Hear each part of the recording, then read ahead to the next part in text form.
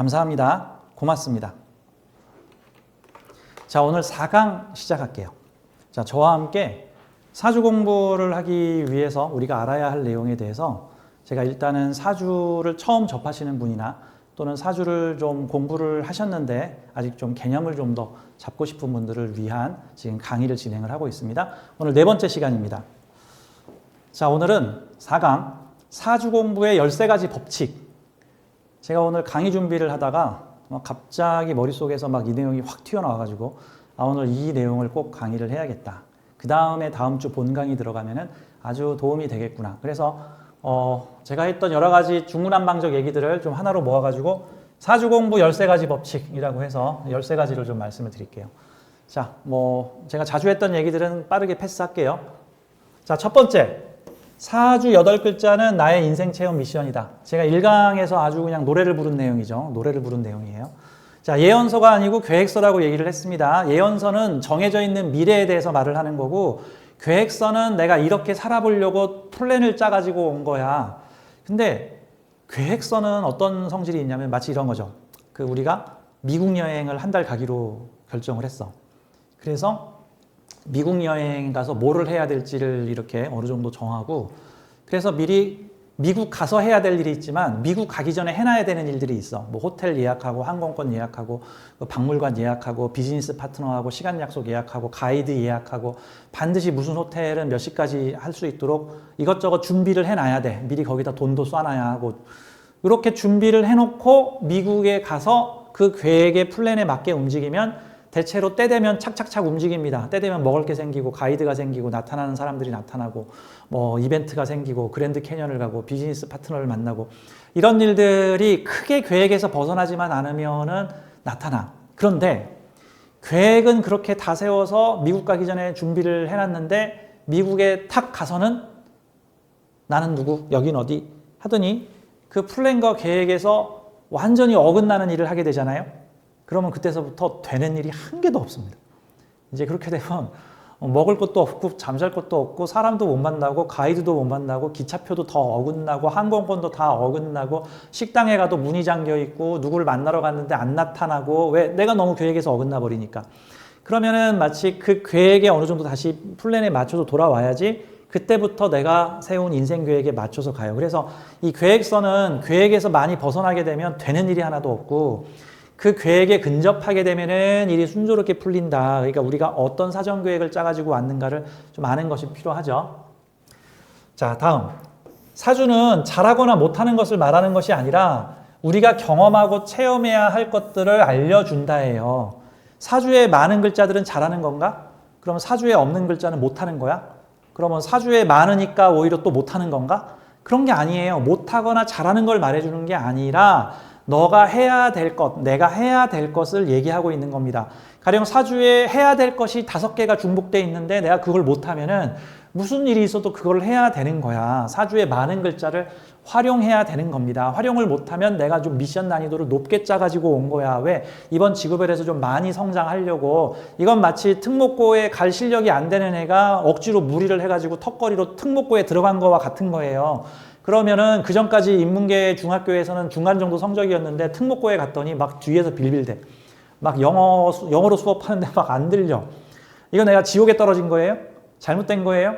아니잖아. 공부 잘하는 애들과 어떻게든 어울려가지고 나도 공부 좀 더 잘해 보려고 지금 무리를 한 거잖아. 그러다 보니까 삶이 지금 괴로운 거잖아. 막 결혼을 3번 하고 막 이혼을 3번 하고 막 사업이 흥했다 망했다 흥했다 망했다 흥했다 망했다 죽을 고비를 몇 번 넘기고 감옥에도 몇 번씩 하고 하는 이런 어떤 파란만장한 삶을 사는 영혼들은 전생에 죄를 많이 져서 그런 게 아니고 이번 생에서 많이 성장하려고 욕심을 많이 내서 생긴 문제예요. 욕심을 많이 내서.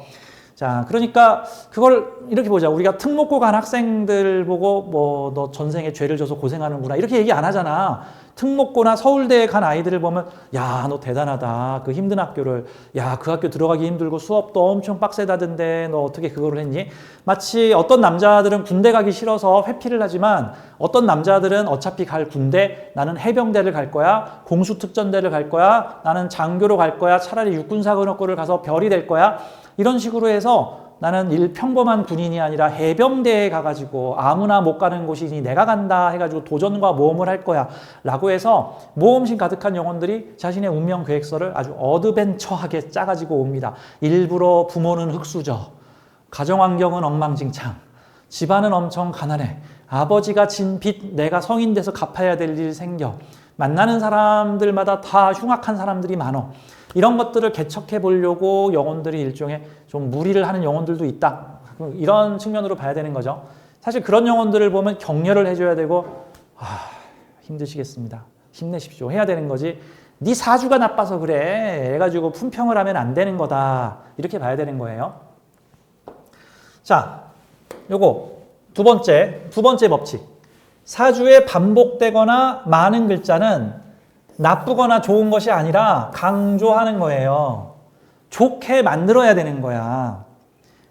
강조하는 겁니다. 반드시 해라. 예를 들어서 천간에 갑이 3개 있어.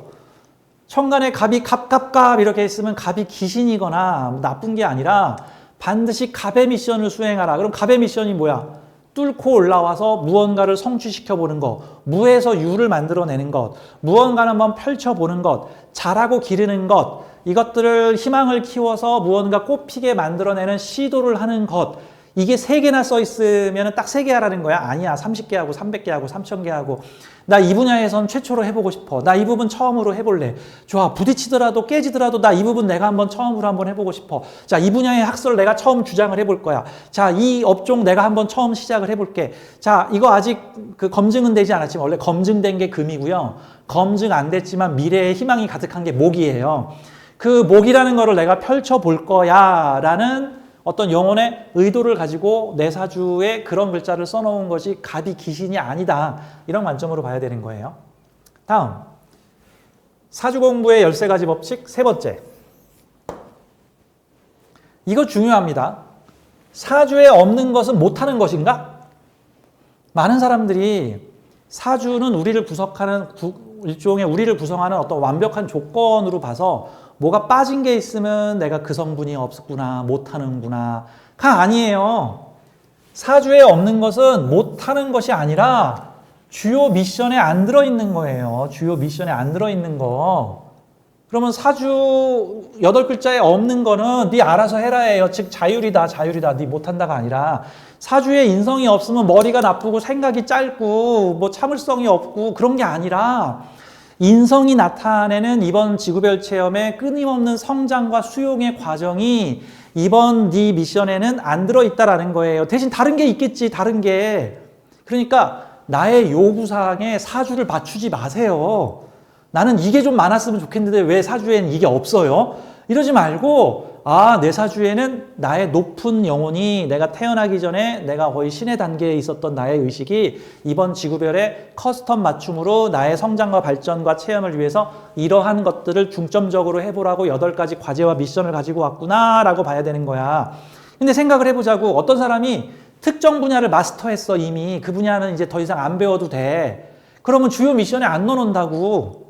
이렇게 보자고. 제가 원광 디지털대 동양학과를 나왔는데 원광 디지털대 동양학과에 가서 1, 2, 3, 4학년을 보내는데 1, 2학년 때 전공 필수 과목을 내가 다 이수를 해버렸어. 그랬더니 3학년, 4학년 때 이 사주 명리학 과목이 들을 게 없는 거야. 그래서 저는 1, 2학년 때 사주 명리학 과목 싹 다 마스터해버리고 3학년, 4학년 때는 사주 명리학 과목이 안 배우고 뭐 명상, 뭐 힐링, 뭐 요가, 뭐 참선, 나 이런 거 공부했어, 전부 다. 그러면 내 3, 4학년 수강 계획서에 사주 명리가 안 들어있으면 나 사주 명리 못하는 사람이야? 아니야, 난 이미 1, 2학년 때 사주 명리를 다 했기 때문에 3, 4학년 때 들을 게 없어. 난 그래서 다른 거를 들은 거야. 자, 사주에 재성이 없으면 돈이 없는 사람이야? 뭔가 컨트롤을 못하는 사람이야? 사주에 관성이 없으면 기준이 없는 사람이야? 규칙이 없는 사람이야? 뭐 사주에 식상이 없으면 재주가 없어? 말을 못해? 호신생 무식상이에요. 호신생 말로 먹고 살아.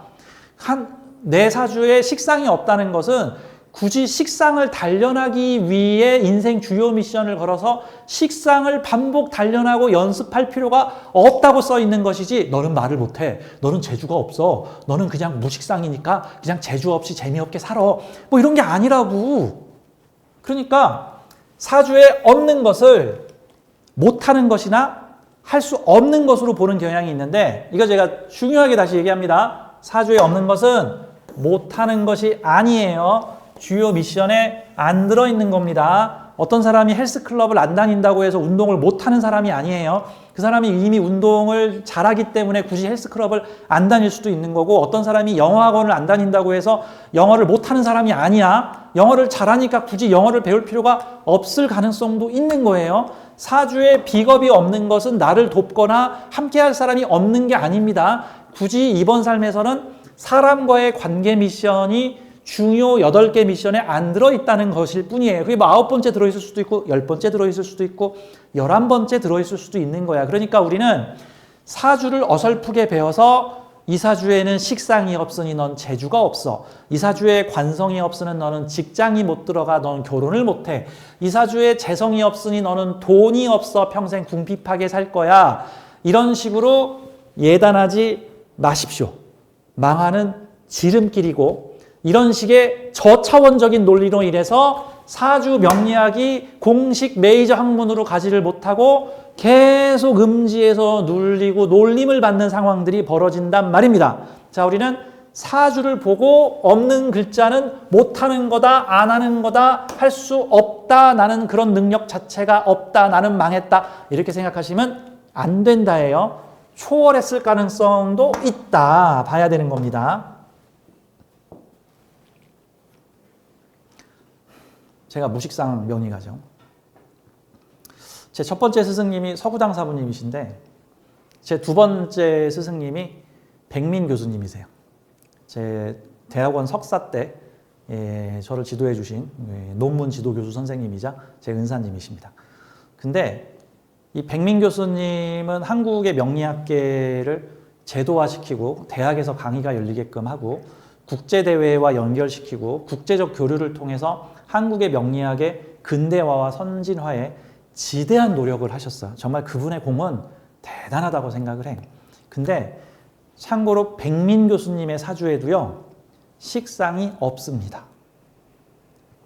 무식상이에요, 백민 교수님도. 심지어 백민 교수님은요, 무관이에요. 그 무식상 무관이야. 그러면 무관이면 제멋대로고, 뭐 제도권에 못 들어가고, 그냥 프리랜서인가? 아니야. 그분 대한민국 최초의 대학 교수세요. 명리학 분야에. 그 불교대학 어디죠? 그 동국대. 동국대 평생교육원에 1990년대에 이 사주명리를 미신이라고 탄압하던 시절에 대학의 정규 명리학 과목을 열어가지고 명리학 붐을 일으켰습니다. 그 이후에 그 모습을 본 다른 여러 대학들이 자극을 받아서 이후에 대학의 명리학과가 생기게 하는데, 사주명리 철학이 동양 철학이 생기는데 혁혁한 공을 세운 명리학 제도화의 1등 공신이신 분이신데, 그분이 무관이에요.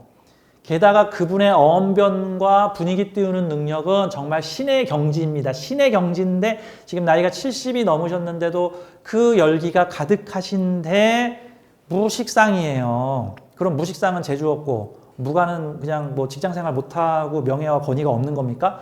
아니에요. 제가 봤을 때는 그 초월하신 분이야. 그러니까 우리가 사주에 없다고 해가지고 비하를 해서는 안 됩니다. 이거 되게 어리석은 거예요. 제가 강조해서 얘기를 합니다. 다음.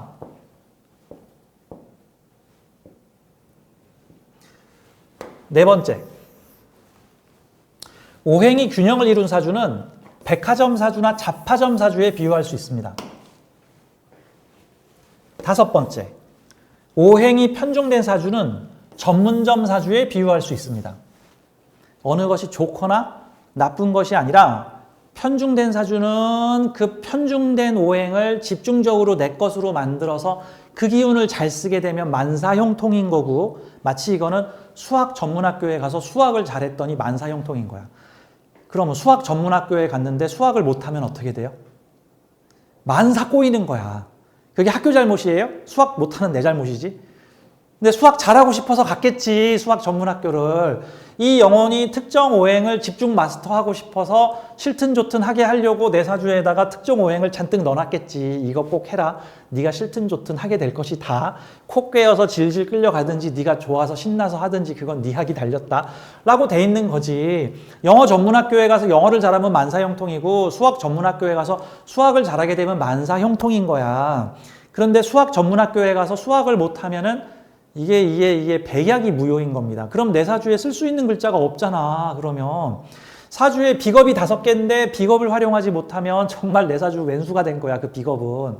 이런 문제가 벌어진다. 그러니까 자, 오행이 균형을 이룬 사주는 균형을 이루어서 좋은 거고, 이거는 뭐예요? 이것저것 다 골고루 경험해서 융합해 보아라 라는 게 오행이 균형을 이룬 목화토금수 다 갖추고 있거나 뭐 지장간이든 해가지고 목화토금수가 다 있는 사주들인 거고, 그래서 요거는 백화점이나 잡화점이죠. 근데 백화점이나 잡화점의 물건은 다양한 종류의 물건을 다 팔기는 하는데 깊이는 좀 떨어져. 자, 편의점에 가면 문구도 있고 먹을 것도 있고 뭐 이것저것 다 있는데 뭐 A4 용지를 하나 사러 가면은 딱 한 개밖에 없어. A4 용지가 이것저것 없다. 근데 사무용품 전문점에 가면 A4 용지가 이 회사 저 회사 별별 회사 다양한 특수 용지까지 다 있어. 낚시 전문점에 가면은 거긴 낚시용품밖에 안 팔지만 낚시에 대해서 별의별 게 다 팔어. 식당도 전문점 식당이 있고 복합 식당이 있죠. 뷔페를 갔는데 육해공 음식 다 있는 뷔페가 있고, 해산물 전문 뷔페에 가면은 거기는 삼겹살 없어.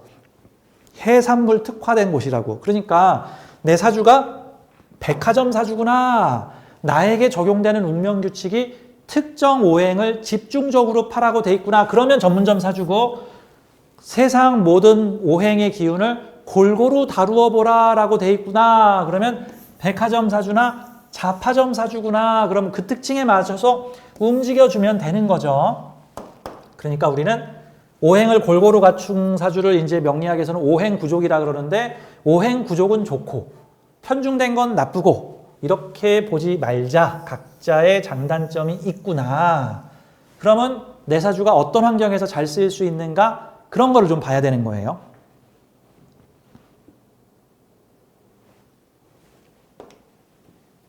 자, 6번째와 7번째는 천간 지지에 대한 내용입니다. 천간은 드러내고 활용하는 데 중점이 있고, 지지는 기반을 이루는 데 있어요.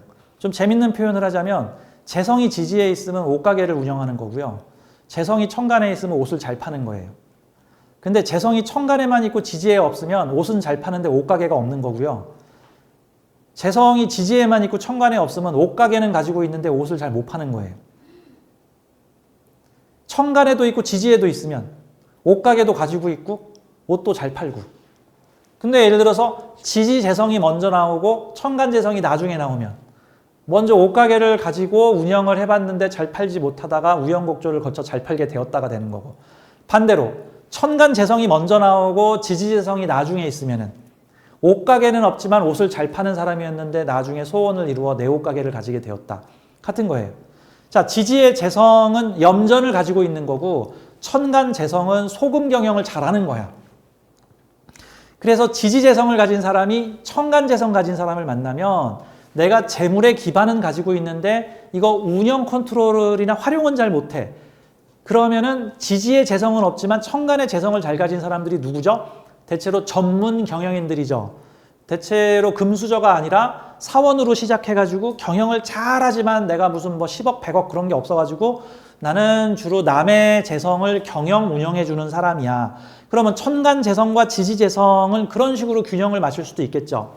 마찬가지로 천간의 관성은 명예를 활용하는 거고 권력을 활용하는 거고, 지지의 관성은 권력의 기반을 갖춘 거예요. 그러니까 권력의 기반은 있지만 활용은 잘 못하는 사람이 있고, 권력을 잘 활용할 줄 알지만 권력의 기반이 약한 사람 같은 게 있죠. 자, 그게 두 개 합쳐지게 되면은 이상적인 조화를 이룰 수도 있는데, 천간 관성이나 지지 관성이나 다 필요한 자리에 필요한 역할로 쓰이게 되는 것이지 반드시 둘 다 있어야 된다. 뭐 이런 거는 아닙니다. 자, 그래서 천간과 지지는 한 80% 정도는 비슷하지만 20% 정도에서는 좀 차이가 있다라는 측면으로 봐야 되는 거야. 그러면 만약에 내 사주를 봤는데 내 사주가 천간에 재성이 있는데 지지에 재성이 없어. 큰 돈 들여서 옷가게 크게 차려야 돼? 아니면 남의 옷가게 운영해주고 수당 받아 먹어야 돼? 그치. 가장 좋은 게 일명 소사장 제도라 그래가지고 내보증금 살짝 넣고 기본 얼마 매출 내준 다음에 거기서 추가 매출 내면 그거 다 내 거. 그리고 하다가 그냥 나 6개월만 계약하고 나 그만둘래요 해서 또 다른 사람 옷가게를 내가 운영해 줄게. 어떤 사람이 옷가게를 차렸는데 옷을 잘 못 팔아. 그러면 그 판권 나한테 주세요. 지금 내가 한 6개월 동안 내가 여기 위탁 운영할게요. 전기세는 당신이 내세요. 내가 운영해가지고 운영 수익 당신하고 나눕시다. 이거는 천간재성을 잘 활용을 하는 거예요. 그쵸? 그러면 내 사주를 보고 아 내가 천간재성이 강하구나. 그러면 어디 나를 가둬놓고 묶어놓고 그곳에서 짱 박혀가지고 일하려고 하지 말고 다양한 재성의 활용적 측면들을 운영을 해주면 되겠구나. 뭐 이런 거 있죠. 그 모텔 사업도 내가 모텔 지어가지고 건물주인 사람이 있고 남이 지었는데 운영 안 되는 모텔을 월세로 들어가가지고 그 모텔을 내가 운영을 해서 나는 그냥 딱 월세 500만 원만 내고 그 모텔에서 1000만 원, 2000만 원 나오면 그거 다 내 거. 이거는 모텔 운영을 잘하는 사람이죠. 그러니까 내 사주가 지지재성은 강한데 천간재성이 없거나 약하다. 그러면 잘 활용하는 사람한테 내 재물을 맡기면 되죠. 내가 지금 무슨 사업체를 하나 가지고 있는데 이게 운영이 안 되는데 내가 지금 무슨 물건을 지금 몇 개를 확보를 하고 있는데 이거 팔지를 못하는데 이거 좀 네가 팔아줄래? 팔면 우리 반띵하자. 뭐 이런 형태로 가져가 주면은 사주를 통해서 아, 내 사주는 이런 쪽에 특화되어 있구나, 이런 쪽에 유리하겠구나, 이런 식으로 활용하면 좋겠구나, 이런 것 등등을 알 수가 있겠죠. 자, 8번째. 간지는 하나의 모듈로서 움직인다. 아까 전에 제가 간지는 동체다 얘기했죠. 자, 이 말인즉슨 천간지지가 하나씩 돼 있는 거를 하나의 모듈로 간지인데 가령 재물과 재주, 식상, 재주가 재물로 하나로 연결돼 있으면 기술을 익히면 100% 돈이 된다. 기술 이꼬르 돈이다. 재물의 기반이 기술에 있다. 그러면 나 돈 벌고 부자 되려면 어떻게 해야 돼? 공무원 시험 준비해야 돼? 이런 사주가 공무원 시험 준비해야 됩니까? 아니지. 가슴 뛰는 식신상관의 재주와 재능을 찾아서 기술을 가지면 곧장 천간에 돈 벌었다고 소문이 나는 거예요. 이게 기술에 기반한 재물 같은 거죠. 공무원 시험을 보려면 어떻게 해야 돼? 이거죠. 자격과 공부학문 자격과 직장 조직이 하나로 연결돼 있죠. 이러면 공부한 만큼의 직장 가는 거야. 내가 9급 공무원 시험에 붙을 만큼 공부하면 9급 공무원 직장을 가는 거고 7급 공무원 수준의 공부를 하면 7급 공무원이 되는 거고 무슨 사법고시 붙을 정도의 실력을 가지고 있으면 판검사가 될 수 있는 거예요. 인성과 관성이 직통 연결되어 있구나. 이런 형태로 볼 수가 있죠. 재밌는 거. 그러면 사람하고 연결돼 있으면 사회궁에 비겁과 재물이 있어. 자, 이거 사람과 재물이야. 사람과 재물이 하나로 붙어 있어. 그러면 이 재물을 얻으려면 어떻게 해야 돼? 사람하고 잘 지내야 돼. 얘하고 왼수가 되면. 돈 많은 애들하고 왼수된 거야. 얘네들하고 친구 되면. 얘 돈이 내 돈인 거야, 이제. 이렇게 되면 사람이 재물이다. 사람이 재물이다. 그럼 이런 사주를 보고, 나는 너무 배가 아파요. 쟤네들은 돈이 많은데 왜 난 쟤네들이 정말 싫어요. 다 죽어버렸으면 좋겠어요. 하고 시기 질투하고 막 뒤에서 막 험담하고 그러면 얘네들하고 척져가지고 좋을 일이 뭐가 있냐고. 얘네들하고 잘 지내야지. 인간관계를 통해서 재물이 들어오는 사주가 되고, 그러면 이렇게 되면 사람이 재산이 돼서 인맥 장사를 할 수가 있죠. 그런 거 있죠. 인맥 장사 제일 잘하는 영업 업종이 저 고급차 판매하시는 외제차 딜러들이죠. 외제차 딜러들은 보통은 사회에서 좀 방구 좀 낀다고 하시는 좀 유력 인사들이나 돈 좀 있는 사람들과 친분을 맺어서 그분들 차 바꾼다 그러면 저한테 바꾸세요. 그러면 내가 사람들을 많이 할수록 다 내 돈이야. 그러니까 간지는 동체다. 천간이 움직이면 바로 밑에 깔려있는 지지도 움직이고요. 다음에 천간의 뿌리가 뭐 요런 데 걸려 있으면 그 뿌리와 연결된 애도 움직이고요. 천간 글자가 뭔가 합으로 걸려 있으면 합 걸린 애도 움직이고요. 아래 지지가 뭔가 다른 걸로 합이 걸려 있으면 2차, 3차 연쇄적으로 움직여요. 서로 연결점을 갖게 되는 형태들이다. 이렇게 볼 수가 있죠. 그래서 사주는 천간지지를 따로 보는 게 아니라 천간지지가 같이 움직인다. 간지는 동체다. 이걸 명심하십시오. 명심. 다음 9번째. 요거는 이제 기초 튼튼반 중간 정도에서 집중적으로 얘기를 할 내용인데, 내가 활용하는 글자는 나의 것이 되고 내가 활용하지 못하는 글자는 NPC가 된다. 이거 마땅히 설명할 용어가 없어가지고 제가 게임 용어인 NPC를 지금 가지고 온 건데, 이 NPC는 Non-Play 캐릭터예요. 내가 조종하지 않는 게임 속 캐릭터를 줄여서 NPC라 그럽니다. 요즘 남자들 같은 경우 다들 게임을 하니까 그 명리 용어는 못 알아들어도 게임 용어는 잘 알아듣는 사람들이 뭐 버프, 너프 이런 거 다 게임 용어죠. 이게 NPC가 뭐냐면은 내가 조종하지 않는 게임 속 캐릭터야. 대체로 99.9%가 적으로 나타납니다. 그러니까 예를 들어서 무슨 게임 속에서 무슨 여행을 할 때 무슨 상점 주인이 나타나서 물건을 팔고, 뭐 적들이 나타나서 나하고 싸우고, 다음에 내 편이기는 한데 내 조종을 받지 않으면서 자동 그 컴퓨터 CPU가 조종하는, AI가 조종하는 캐릭터들, 이게 NPC예요. 자, 사주에 8글자가 있는데 내가 해당 경험과 체험을 충분히 가져주면 해당 글자는 내가 어느 정도 컨트롤할 수 있는 능력이 뭐 20%, 30%, 40%, 50%, 60%, 70% 이렇게 올라갑니다. 그런데 내가 컨트롤할 수 없는 글자나 가장 안 좋은 게 기피하거나 회피하는 글자들은 NPC가 돼요. 그러면 나의 의사와 무관하게 움직입니다. 가령 이런 거죠. 여기에 인성이 있고 여기에 관성이 있고 여기에 내가 있어. 자, 인성은 공부 학문 자격이고 관성은 직장 조직 명예야. 근데 내가 관성과 연결돼서 사회적으로 드러난 좋은 직장에 가려고 했더니 인성을 거쳐가야 돼. 인성을. 근데 내가 공부를 하나도 안 했어. 내가 중졸이야. 공부가 너무 싫어. 그러면 이제 사주에 인성이 없으면 공부를 안 해도 돼. 그런데 여기에 이렇게 중요한 자리에 인성이 올라가 있어. 이거를 패스를 해버리면 여기로 못 가요. 그러면 인성의 과정을 거쳐서 관성으로 가야 되잖아. 그러면 내가 공부, 자격, 학문을 갖추면 관성과 자연스럽게 연결돼서 관성이 관인상생으로 나한테 복리후생을 잘해준다고, 이제. 그쵸? 근데 내가 만약에 인성을 활용하지 않으면 인성은 그냥 디폴트 값으로만 움직이는데, 그렇게 되면 얘는 NPC가 되는 거예요. 내 뜻대로 움직이지 않는다고.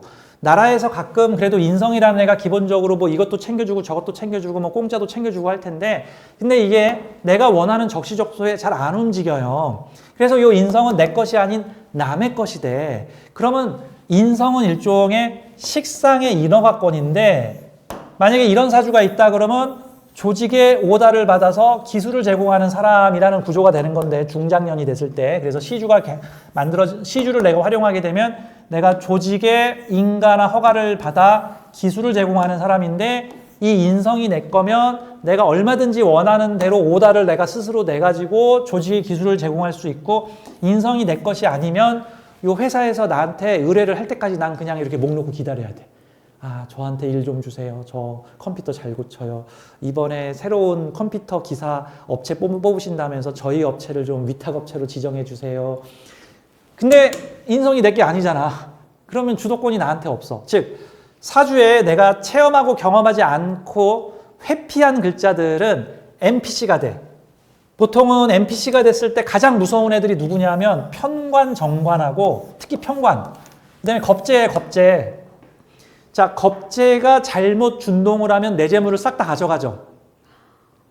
자, 그러면 그게 사람 관리를 못하면 영문도 모르게 내 재산이 털린다, 지금 이런 내용인데, 내가 사람을 좀 다룰 줄 알아야 되고 사람을 좀 이해해야 되고 그 사람과 어느 정도 어울려서 같이 뭔가를 공유할 줄 알아야 돼.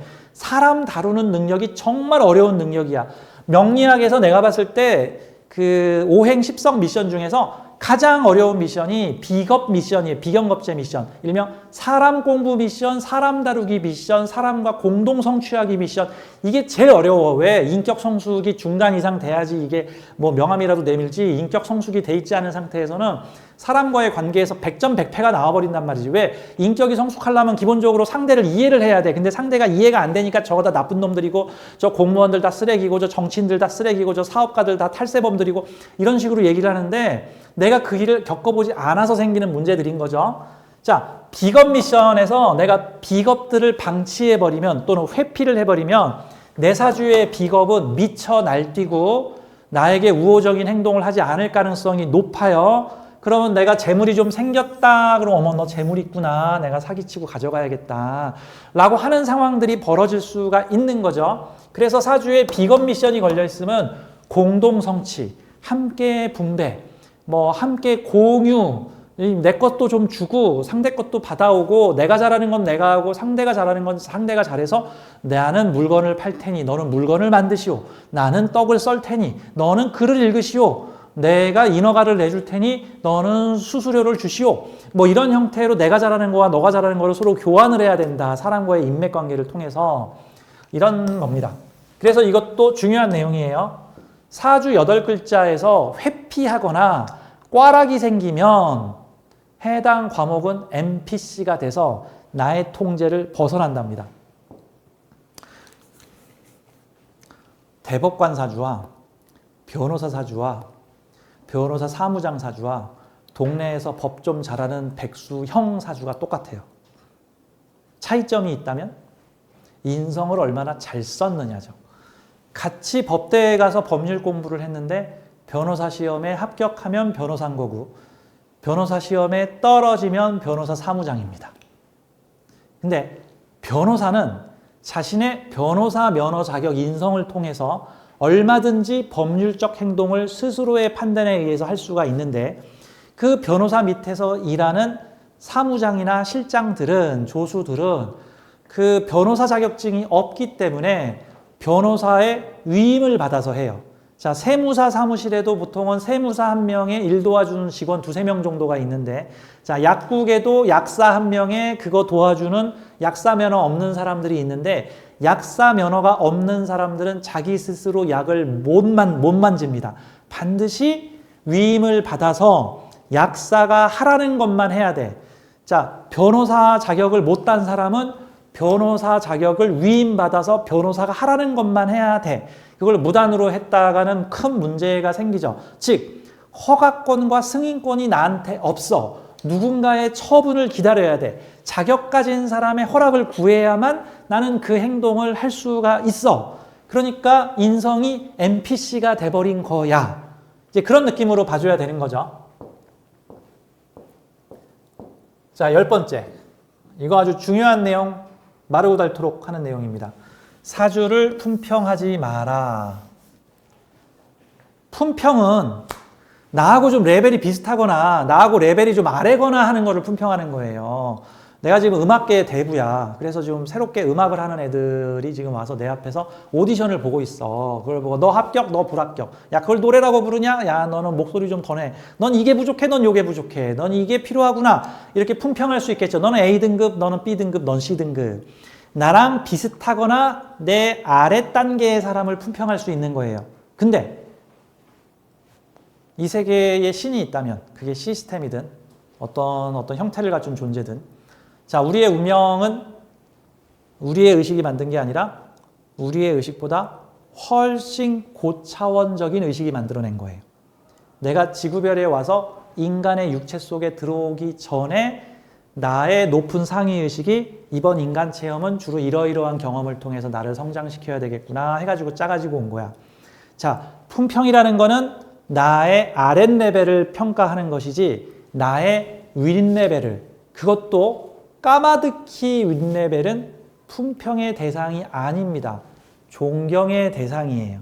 모든 사주는 존귀하다라고 봐야 되고 왜 그렇게 사주를 만들었고 운명을 만들었는지 이해가 안 되면 그냥 모르겠다라고 해야지 나쁘다라고 표현을 하면 안 되는 거예요. 근데 사주 공부하시는 분들이 대부분 이 사주가 뭐에 쓰는 사주인지 잘 모르겠으면 나쁜 사주라는 식으로 자꾸 부정적으로 보시는데 나쁜 사주가 아니라 그냥 내가 모르는 사주인 겁니다. 그리고 일단 모르는 사주라면은 이렇게 생각을 해야 돼. 모든 사주는 존귀하고 무언가 필요해서 만들어진 개인 맞춤 커스텀 운명 계획서구나. 뭔가 필요해서 만들어졌는데 내가 아직 그릇이 부족하여 내가 그 이유를 잘 모르겠구나. 내가 해안이 높아지면 내 운명이 왜 이렇게 설계가 돼서 이런 경험과 체험들을 해야만 했고 이런 고생들을 해야만 했는지 나중에 알 수 있겠지. 하지만 내가 아직은 더 성장을 해야 되겠구나. 사실 이런 관점으로 봐야 되는 거예요. 자, 11번째. 사주는 미래를 예언하는 학문이 아니라 미래를 유도하는 학문입니다. 제가 이거 2강에서 했던 얘기죠. 미래를 유도하는 학문이에요. 그래서 유도해서 맞춘 겁니다. 미래를 보고 맞춘 게 아니고. 물론 어느 정도 예측은 할 수 있어. 내가 야구 경기 6회 정도를 보고 아유 저 타이거스가 이기겠다. 라이온스가 이기겠다. 아유 저 팀이 이기겠다. 오늘은 일본한테 지겠구나. 6회나 7회쯤 보고 그렇게 평가를 내릴 수도 있지만 그게 사실 정답이라고 확신할 수는 없어요. 왜 갑자기 9회 말에 바뀔 수도 있잖아. 갑자기 승부차기 가가지고 축구 경기가 뒤집어질 수도 있잖아. 뭐 그런 형태들이니까.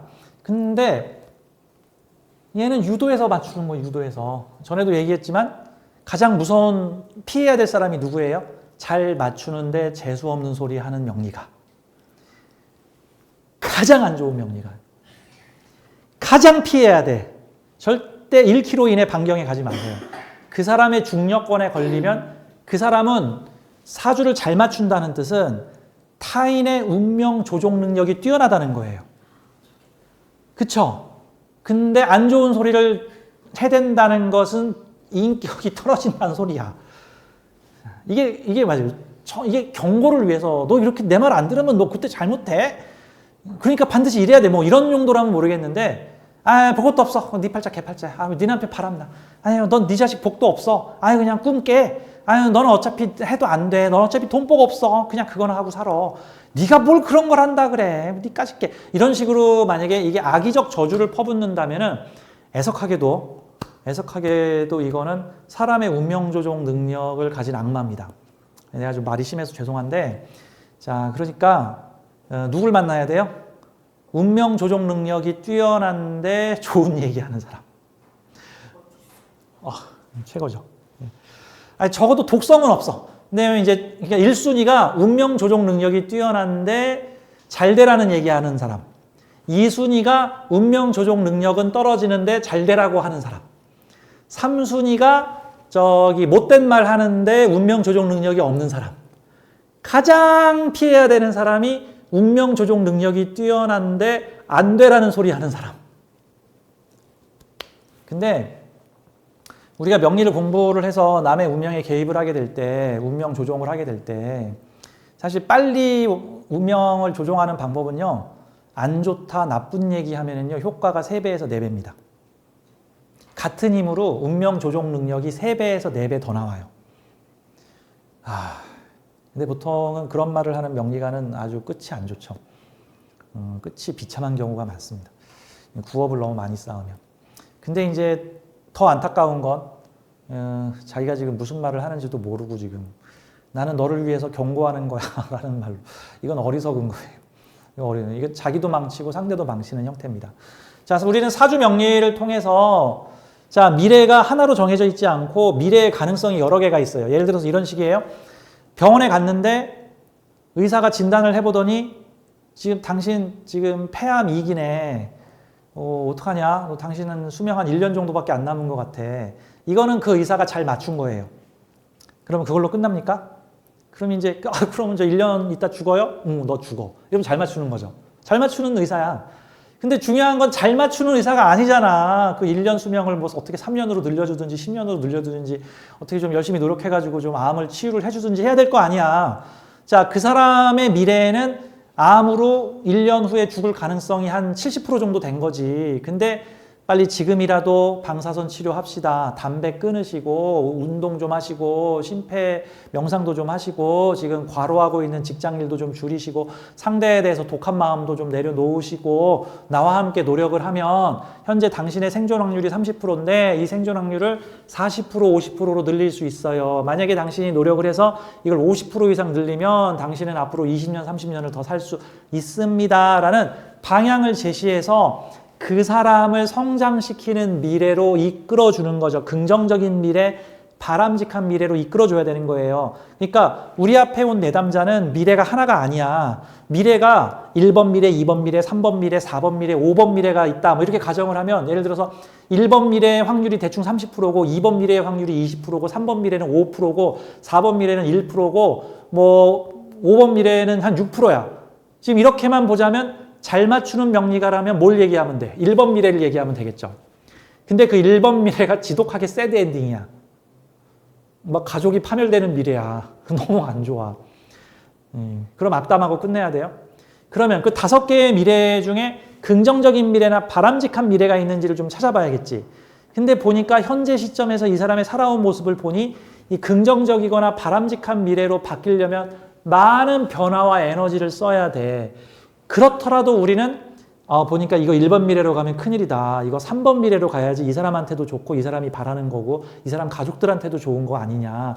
그러면 그 사람이 3번 미래로 갈 수 있는 방법들은 우리는 알려줘야 돼. 3번 미래로. 당신 사주에 지금 이 글자 안 쓰고 있고 요 글자가 지금 꽝이고 이 글자가 NPC로 날뛰고 있고 지금 요 글자 당신이 거꾸로 활용을 하고 있고 요 글자가 당신의 귀인인데 지금 당신이 이 글자를 기피하고 있고 오히려 반대로 행동을 하고 있다.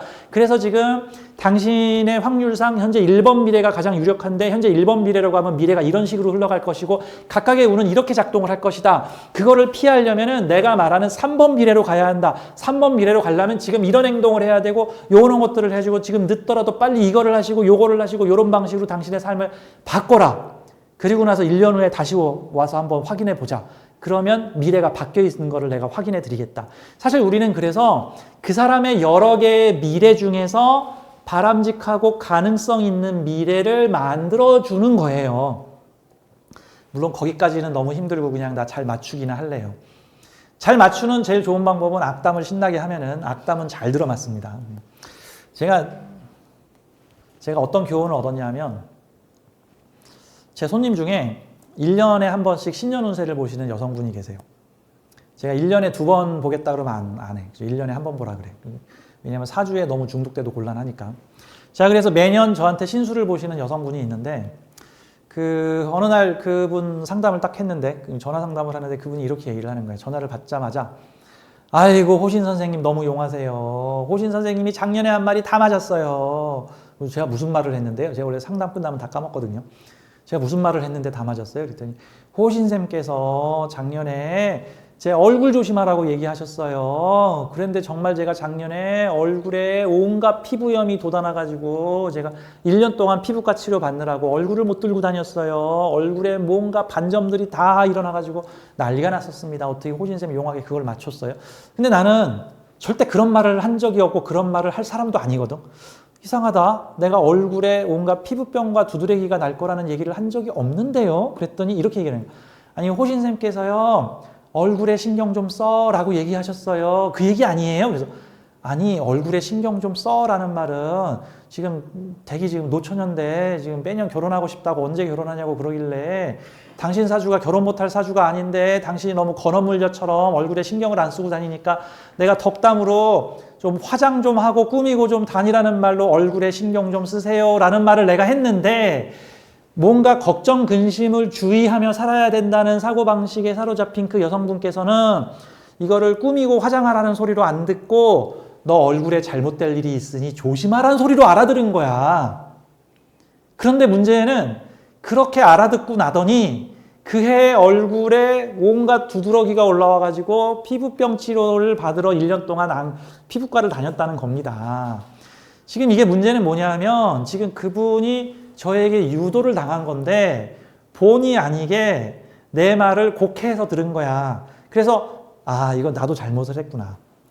좀 분명하게 얘기를 했어야 되는데 약간 애매한 말을 썼구나. 근데 내 입장에서는 아니, 당연히 얼굴에 신경 좀 쓰라는 게 좀 화장 좀 하고 꾸미고 좀 다니라는 소리로 알겠지라고 생각을 했는데 그 여자분은 네 얼굴에 잘못될 것이니 신경 쓰거라. 큰일이 날 것이다. 네 얼굴에.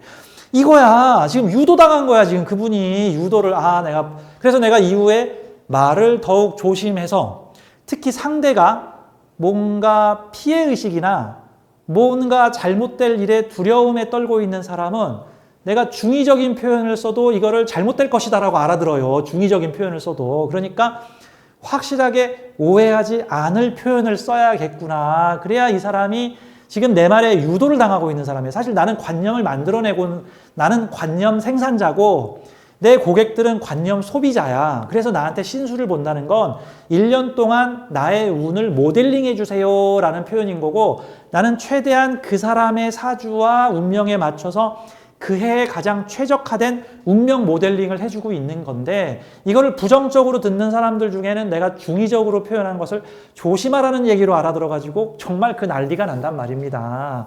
정말 난리가 나요. 그러니까 자 이거 미래를 유도하는 학문입니다. 네? 저는 그렇게 생각해요. 제가 전에 그 얘기했죠. 사람의 운명에 개입할 때 100점 만점에 10% 정도를 조종을 하게 되면 10% 이상 조종하면 그건 신이다. 최고의 인간이 낼 수 있는 최고의 명리가로서 운명 조종은 7%, 8%면 이거는 신의 경지에 이른 인간이 보통은 잘한다, 정말 뛰어나다라는 명리가는 5%에서 6% 정도 개입합니다. 보통은 조금 할 줄 알아요 하는 프로 명리가들은 3%, 4% 정도 개입합니다. 좀 실력이 없어요 하는 명리가들이 1%나 2% 정도 개입합니다. 근데 일반인들 중에도 사주를 전혀 안 배웠는데도 1%, 2%씩 개입하는 사람들이 있습니다. 그런 노래 있죠. 아리랑에 들어가는 가사 중에 나를 버리고 가시는 님은 심리도 못 가서 발병 난다. 이게 지금 상대의 운명을 조종하려고 발악을 하는 거예요.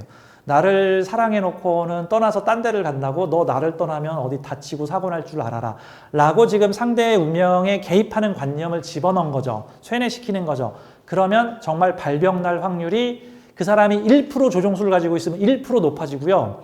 5% 조종 능력을 가지고 있으면 5% 높아집니다. 근데 예를 들어서 발병 날 확률이 60% 이상이 되면 발병이 난다. 근데 현재 48%다. 그러면 내가 5% 개입해서 53%로 올라간다? 그러면 발병 안 날게 발병이 납니다. 사고 안 날게 사고가 나고요. 네 남편 바람 난다 하면 원래 바람 날지 말지 이렇게 커트라인에 걸려 있었어. 그래서 만약에 누군가 2, 3% 운명 개입을 하면 정말 바람이 납니다. 근데 거기다 한 10% 개입하는 명리가가 내가 보기엔 반드시 바람 난다. 이러면 바람 나요. 그냥 미인 거야 이거는. 지금 벼랑에 한 발자국만 뒤로 가면 떨어지는데 너 벼랑에서 떨어져 하고는 미인 거야 지금. 미인 거라고. 이거 운명 조종술이에요. 이거 명리학 운명 조종술이야. 이거 명심하세요. 이거 맞춘 거 아닙니다. 운명 조종술이야. 이거 구원 많이 쌓으면 나중에 하늘나라에 가서 심할서 쓸 일이 아주 많아집니다. 자 그러면 구원만 쌓나? 아니야. 선업도 무지하게 많이 쌓을 수 있어. 심할서만 쓰나? 아니야. 표창장도 엄청나게 많이 받을 수 있어. 어떻게 해야 돼? 상대를 성장시키면 나도 성장하고 다른 사람들도 성장시키면 그럼 회피해야 돼. 좀 경험해봐야 돼. 회피가 능사가 아니야. 물론 도저히 안 될 것 같으면 회피를 하는 게 맞는데 웬만하면은 경험해보라. 경험을 쌓으라. 자, 이런 것들을 해야 되는 거죠. 자, 12번째 법칙. 인생 게임의 룰은 어느 정도 정해져 있으나 그 미래는 열려 있다.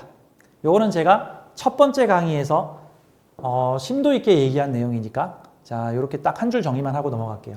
인생 게임의 룰은 어느 정도 정해져 있으나 그 미래는 열려 있다. 운명은 결정된 것입니까? 만들어가는 것입니까? 라고 물어본다면 어느 정도 결정되어 있기도 하고 어느 정도 만들어가는 것이기도 하다.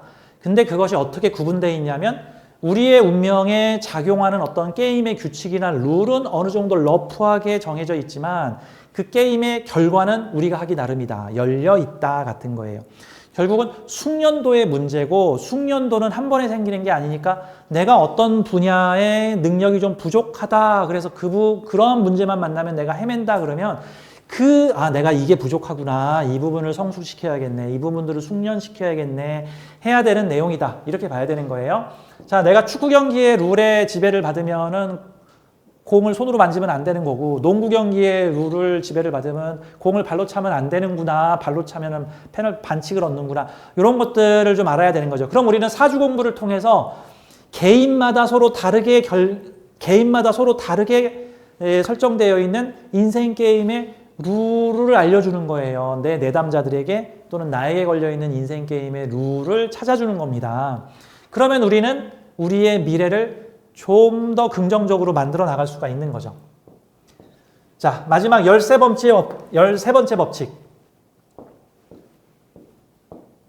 사주 공부의 13가지 법칙. 미래는 하나가 아니고 여러 개입니다. 미래는 여러 개다. 그래서 제가 전에 그런 얘기를 했어요. 사주를 잘 모를 땐 사주 공부를 많이 하면 딱 하나의 미래가 보일 거다. 아니, 그 사주 공부 잘못하는 거예요. 사주 공부를 하면 할수록 미래가 더 많이 보여요. 이렇게. 처음에는 이 사람의 미래가 한 3개쯤 보이는데 더 수양을 하고 공부를 많이 하면 한 5개도 보이고 10개도 보이고 20개도 보이고 30개도 보여. 대신 거기에 확률이 붙죠. 이제 요 확률 53%, 요 확률 23%, 요 확률 11%, 요 확률 8% 이런 식으로. 자, 이렇게 판단하면 이렇게 미래가 갈 거고 저렇게 판단하면 저렇게 미래가 가겠네. 운명 게임의 룰은 있지만 그 게임을 운영해 나가는 방식은 다양한 거니까. 자, 그래서 미래는 여러 개다. 가능성이 높고 바람직한 미래를 찾아 그 미래가 열릴 수 있도록 운명을 코칭해 주어야 한다. 저는 사주 공부를 할 때 공부할 때도 공부를 많이 했는데 딱 이거를 돈 받고 상담을 하는 프로가 되면서 내가 계속 많이 부족하다는 것을 더 많이 느꼈어요. 그래서 저는 1년에 책을 100권씩 읽었습니다. 저는 타이프 치는 속도하고 책 읽는 속도가 거의 비슷하기 때문에 그래서 효과를 높이기 위해서 일부러 책을 보면서 동시에 책 읽는 속도로 타이핑을 쳤습니다. 그래서 제 블로그에 그 책의 내용의 10%나 20% 정도의 핵심 구절들을 제 블로그에 담았어요. 그래서 제 호신샘의 스토리텔링 명리 네이버 블로그에 들어오면은 제 블로그에 현재 공개된 책이 한 500권에서 600권 정도, 한 500 몇십 권 정도가 되어 있습니다. 특히 2018년, 19년, 20년, 21년, 22년 이때는 정말 1년에 책을 120권씩 막 읽을 정도로 미친 듯이 읽었어요. 그거를 막 다 흡수해 나갔습니다.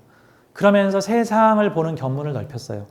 특히나 제가 중점적으로 봤던 책이 뭐냐면은 행복론에 대한 책들이었습니다. 행복론. 과연 무엇이 행복인가? 우리가 사주를 보고 사주 공부하는 이유가 뭐죠? 행복해지려고. 그리고 다른 사람도 행복하게 해주려고. 그럼 과연 행복이 무엇인가? 그래서 수많은 인류의 지혜와 석학들의 지혜를 담긴 이런 책, 저런 책, 이런 책, 저런 책을 다양하게 봤습니다. 그래서 제가 행복이란 무엇인가와 관련된 책만 한 200에서 300권 정도는 본 것 같아요. 500권 중에 절반이 행복에 관한 책들이었습니다. 심리학, 영성학, 각종 철학, 종교학, 음양오행학, 동양학, 다양한 임상 사례 등등의 다양한 철학책들, 이런 또는 자기계발서, 자기성장서 이런 등등입니다. 참고로 제 블로그에 가면 책들의 내용이 10% 20%씩 소개가 되어 있으니까 500권을 사다가 당장 보기 힘들면 제가 핵심 요약한 제 블로그에 가서 그 책들을 보세요. 그것만 해도 엄청난 지식과 지혜가 열릴 겁니다. 즉 우리는 행복이 뭡니까를 하나로 정의할 수 없어. 하지만 행복을 찾아 끊임없이 성장하고 발전을 해야 돼요. 사실 이 행복은요, 초등학생 행복 다르고 중학생 때의 행복이 다르고 고등학생의 행복이 다르고 20대의 행복이 다르고 40대의 행복이 다르고 남자의 행복이 다르고 지금 오늘의 행복이 다르고 10년 미래의 행복이 달라요. 행복도 전부 상대적입니다. 어쩔 때는 이게 행복인 줄 알았는데 어떻게 되다 보니 저게 행복이었어.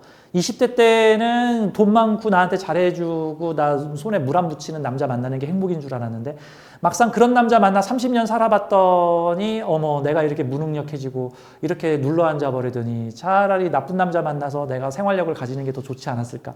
그때는 또 이게 행복이고 요때는 저게 행복이고 요때는 저게 행복이고 돈이 많으니까 자기의 삶을 잡지 못한 게 불행한 것 같고 돈이 없으니까 나는 지금까지 돈 못 벌고 뭐 했나 하는 게 행복인 것 같고 각자 자신의 결핍을 채워가는 행동을 행복이라고 느낍니다.